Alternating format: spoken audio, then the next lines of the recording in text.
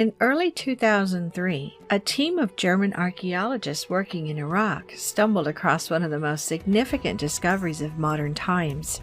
Deep beneath the desert sands, they discovered what they believed to be the long-lost tomb of the mythical king Gilgamesh, the protagonist of the oldest story human beings ever wrote, the Epic of Gilgamesh. For centuries, historians had been divided over whether Gilgamesh actually existed, since, in the epic, he is described as a 17-foot-tall giant, a crossbreed between a normal human and a Mesopotamian goddess. For this reason, it was generally accepted that the story of Gilgamesh was simply a figment of myth. That was until URUK Fassbinder and his team of archaeologists, using modern technology to look deep into the ground, discovered an entire ancient city beneath the desert, astonishingly laid out just as the city of URUK, over which Gilgamesh had purportedly reigned, was described in the epic. There were houses and gardens and fields alongside an incredibly sophisticated system of canals, leading archaeologists to describe the site as Venice in the desert.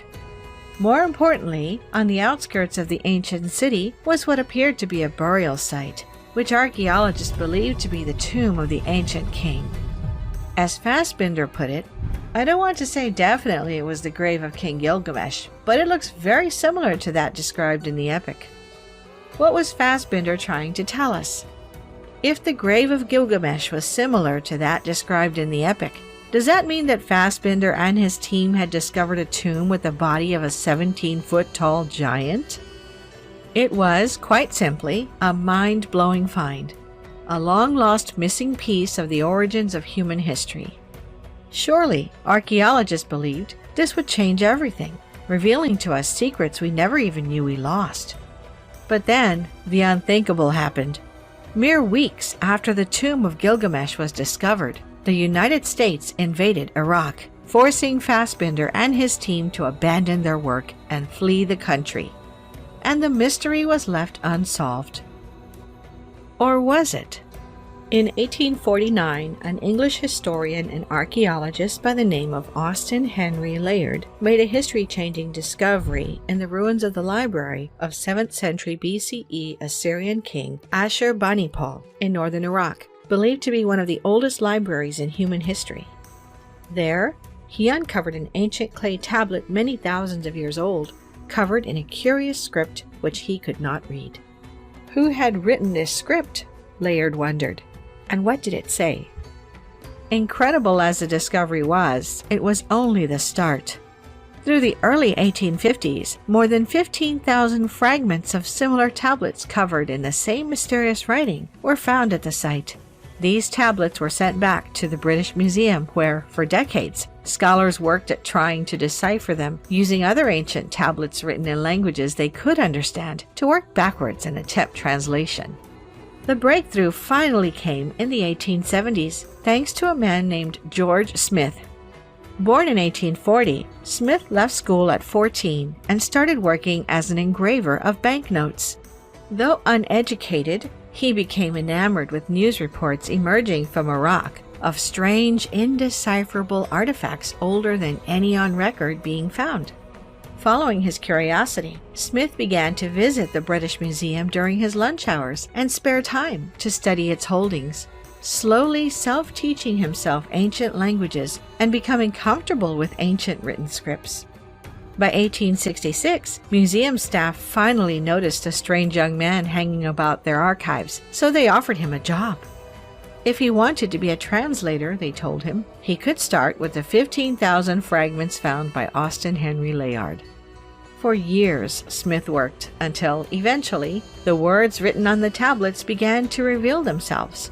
When they did, Smith was shocked to find the foundation of an unbelievable story. There on the tablets was a record of an ancient deluge, a flood that wiped out humanity save for one man and his family.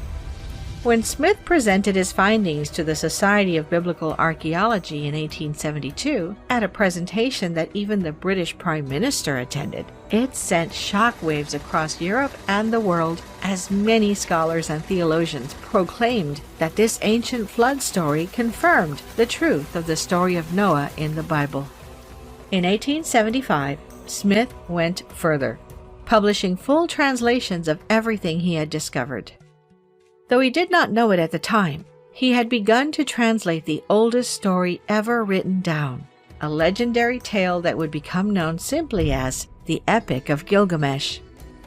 Tragically, Smith died suddenly in 1876 at only 36 years old, but this was not the end of what he had started. For decades, generations, even to this very day, scholars have continued Smith's work, translating more and more tablets, slowly revealing the full story of the epic. And in fact, it goes far beyond a great flood. In its entirety, the Epic of Gilgamesh tells the fantastic tale of the ancient Mesopotamian king named Gilgamesh, who ruled the area of present-day Iraq many thousands of years in the past. It describes his beginnings as a tyrant and how the gods sought to teach him a lesson by creating a rival named Enkidu. After the two men wrestle to a stalemate, neither better than the other, they become great friends and set off on a series of adventures described in detail within the epic. When Enkidu dies, a distraught Gilgamesh spends the rest of his life searching for the secrets of eternal life, a series of additional adventures again narrated by the epic. It is an unbelievable piece of written work, one which scholars agree greatly influenced the epic literary genre moving forward through history, including famous works like the Iliad and Homer's Odyssey. But what truly drew people to the story in modern times, as its translation was slowly revealed, was its description of Gilgamesh himself, the astounding characteristics of the great king. He was said to have been the child of a human man and a goddess, making him 1/3 human and 2/3 divine. As such, he had a massive physical stature, standing 17 feet tall, and was blessed with superhuman strength and endurance, as well as unusual intelligence. In fact, the story describes Gilgamesh as unsurpassed in all things. But it was more than that. Within the story was a passage about Gilgamesh, which read, "He explored everywhere the seats of power. He knew the totality of wisdom about all things." Throughout history, the search for wisdom has been something that has driven human beings forward.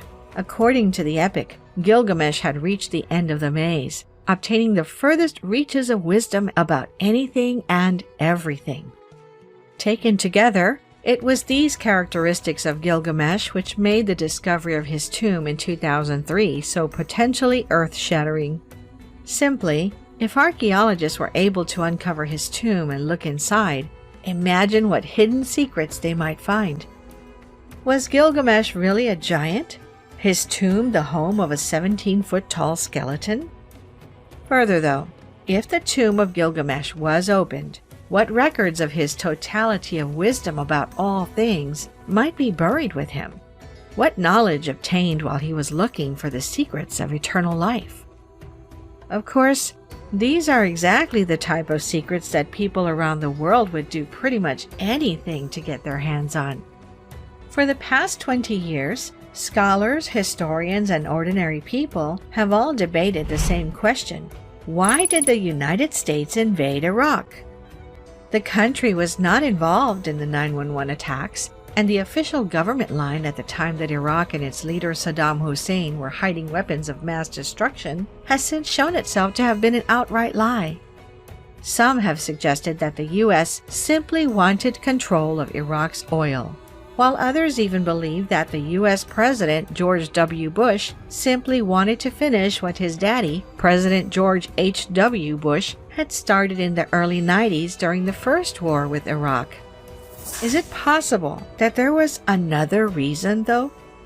Was it perhaps not a coincidence that the invasion was launched almost immediately after the tomb of Gilgamesh and all of its potential secrets had been found?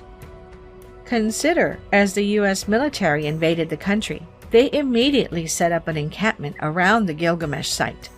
As they did, they kicked out scientists and sent home media members who had been sent to cover the findings, including important figures from ABC News and the BBC. From the headlines of global news, the story instantly disappeared. Except, as the weeks and months passed, strange accounts began to emerge from the area. Witnesses